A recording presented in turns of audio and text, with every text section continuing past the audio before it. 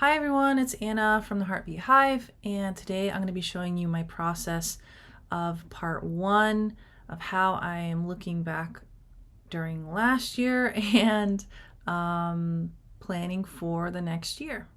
All right, so what we're looking at here is a program called Ouija, and you see I've got a bunch of windows. That's because I'm going to show you different parts of the planning process. You can do this with index cards. You can do this with one piece of paper. You can do this with Post-it notes and moving them around, and then moving on to your new, favorite program where you collect ideas. One of the things that I notice in the work that I do with creative people and high performers is that they can go down a couple tracks. Okay, one track is feeling like you have to do all the planning at one time. Not true. You can do it in waves. You can do it in parts. You can do it in layers. That's personally what I like. I like to get a big view and then make a plan to do further work on the vision day by day, as I have time, as I make time, and as I manage my personal energy. The second track that people go down is feeling like they have to do it perfectly. Perfection, it doesn't exist. There's only perfectly, good for you. You are enough. You're good enough. Doing this process alone on a piece of paper with a pen is more than a lot of people do in reflecting on their past year and what they want in the next year. So don't fall into the trap of perfectionism. And the third track that people fall into is they think that they have to have this planning be really pretty. Not the case. As long as you understand it and it makes sense to you, don't worry about it being flashy. Don't show anybody if you don't want to. This is for you and not for anyone else. I just happen to be showing you this because I know there's a lot of people who enjoy and really get value out of me showing how I plan things and manage my personal energy. Okay, for those of you who don't know me, I help creative people manage their personal energy, and in that process, we go over organization and systems that work for you and only you, and then your heart rate variability, and that is how your body manages stress. If you want more information about that, you can go to my website and look at my offerings. I offer private coaching, group coaching, and hopefully in this next year, I'll be offering a course on flow for creative people. Now, what we're looking at is a program called Ouija. I use this to map out just the big picture ideas. And if I had my iPad, I would probably do it with my iPad and the pen, and it would be all sloppy, and that would be great. And then I would have a better idea of how I would lay it out here. But I don't have my iPad today, so I went ahead and did it in this program called Ouija. I like this program because you can connect things pretty easily, which I think is fun. And it's very simple. I don't need bells and whistles, not quite yet. And really, simplicity is the way to go. Less is more. All right, so what I'm going to do is ask 4 questions. What went well, what didn't go so well, areas I'd like to maintain, and areas I'd like to improve. Notice how I'm not getting into the weeds here on every little thing that I want to change. I'm thinking about the areas. Overall, how did things go? What could I improve? And sometimes it does take asking what did not go well. All right, so I'm going to ask these questions, which is going to be fun. And then let me show you where we're going with this. We're in Ouija right now, right here. Then the notes and the planning aspect, when I get really detailed, those are going to be in Cascade, which is another program that I really like and that I'm switching over to in 2022 for all my notes and planning tasks. All right. So if I want to get even more detailed on the specific tasks in the day that I'm going to do them, I'm going to use Tascade, which will also go into my calendar, or I can put them directly into Google Calendar. Now, Tascade and Google Calendar, they are available on the phone and the desktop, which is great because on the go, you'll want to be able to input the information in a holding area. If you can't sort it at that time or find the project file, then just put it in the general holding area in the program that you want it to be in ultimately. That way you're not doing double or triple the work.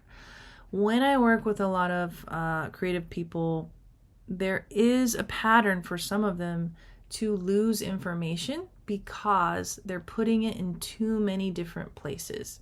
Now, how do you solve that?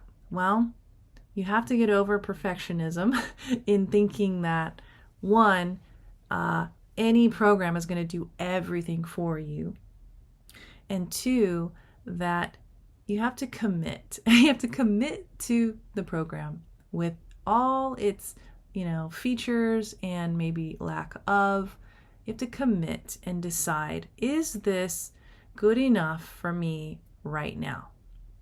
You can always evolve and move on to a new program. For example, I used Workflowy for years, and I found that I couldn't track the progress of my projects as well as in this new program called Tascade. So I'll be moving over to it because I need to be able to track the progress of my projects more closely this year as I implement changes and habits and lifestyle habits. So that's why I'm moving over to this program.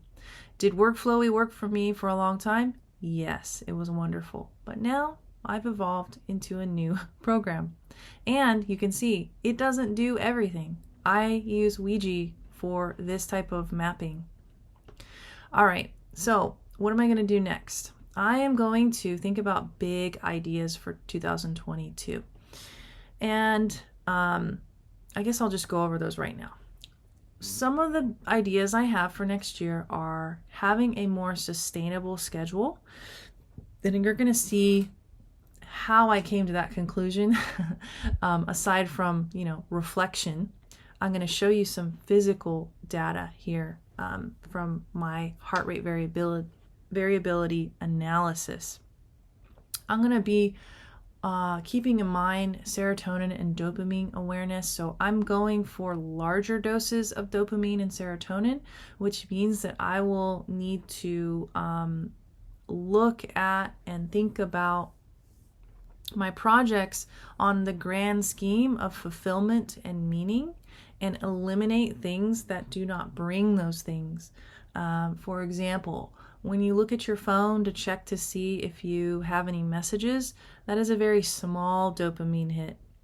When you work on a project and you finally make a breakthrough after about an hour, that dopamine amount is much larger.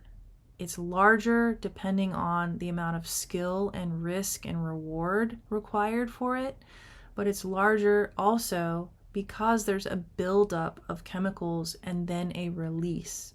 So those are the type of rewards that I'm looking for, more long-term, sustainable rewards biochemically and neurochemically.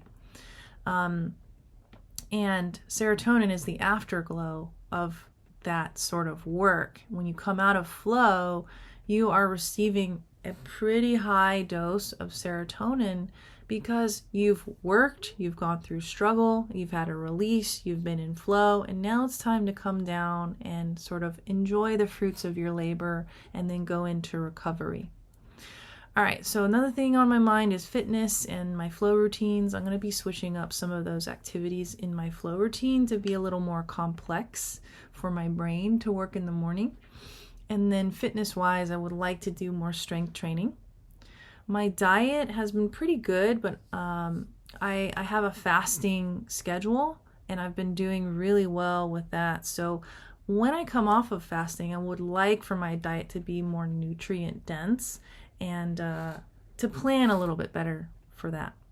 My creative outlets, I definitely want to continue in 2022 and expand some of my ideas, like recorded meditations, which many of you have asked for because you enjoy the way that I guide people through meditations. All right, so my business vision and income. I have a specific goal in mind, but I need to map out the vision on how to get there. And it may take me longer than expected, but I'm going to break those down to specific focus areas. Being one person, it can become overwhelming to seem like you have to do every little thing all the time, which really you're not. You're doing things one at a time. But when you switch your tasks too many times throughout the day, your brain has to work harder because it is having to recognize context. So it throws the brain off and you lose about 30% of your processing power every time you switch context. That is the myth of multitasking. So with this goal that I have, I want to become very focused. I'm really only going to have about 3 areas that I'll be focusing to get me toward that vision, and to do so in a meaningful and a bigger way, in the way of progress. And then personal relationships. I'm looking to expand and deepen the relationships that I have, maybe form some new relationships. And so these are my areas for just the big view ideas that I jotted down that make the most sense for me as a whole person. All right, so I'm going to show you my heart rate variability analysis, which is going to make sense to this diagram, which is my schedule of services for next year. And it was a big eye-opener. So with that, I'm going to go back and look at my heart rate variability analysis and see how that correlates with my intuitive decision for this type of schedule. So this schedule actually ended up going on my new website, so new clients can see, hey, she's not available during these times. She only offers certain things during these times because she is out doing things that an artist would do, that a musician would do, that a creative person would do, just the way that I am. So there's the expectation and the clarity of, wow, okay, we have basically like a sprint and a break and a sprint for next year. All right, so I'm going to stop the video here and create part 2, where I'm going to go in depth with the HRV analysis. Again, that's heart rate variability analysis in relation to this schedule right here and my vision for next